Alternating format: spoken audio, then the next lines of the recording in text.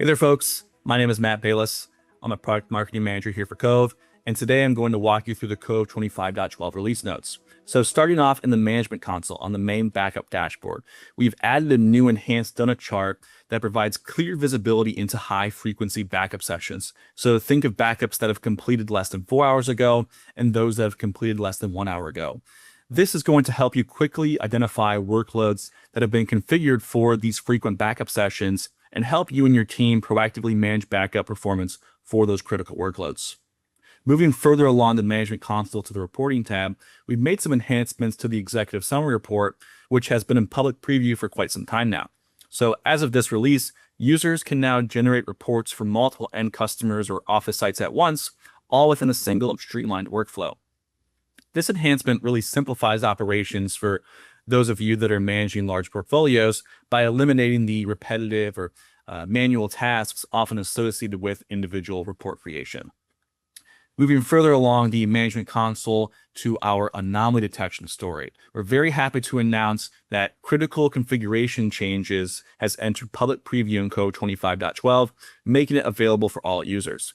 This capability provides MSPs and IT teams with proactive visibility into changes to backup profiles or configurations that could critically impact your backup integrity.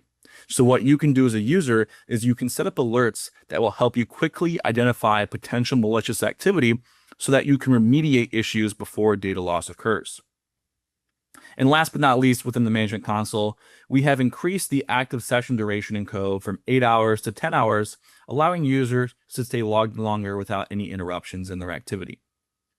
Now, moving over to the Microsoft 365 protection side of things, I'm very happy to announce that in Cove 25.12, in-place archive backup has entered general availability.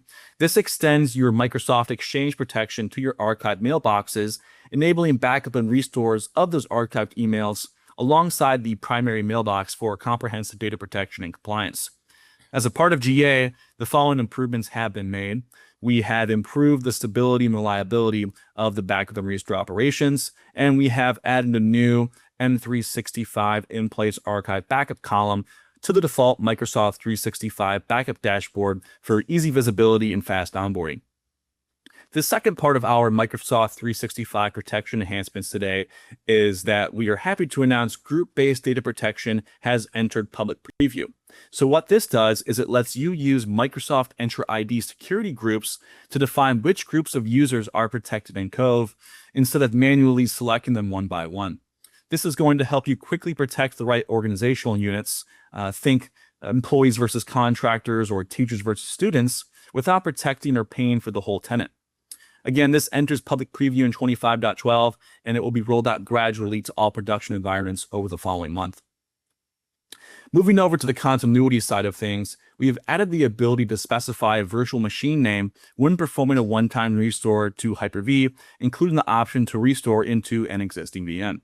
And last but not least, on the backup manager, I'm very happy to announce that Linux bare metal recovery, which is the process of restoring an entire Linux system to a completely blank physical or virtual machine with no pre-installed operating system, has graduated to general availability. And that's it, folks. That's Cove 25.12.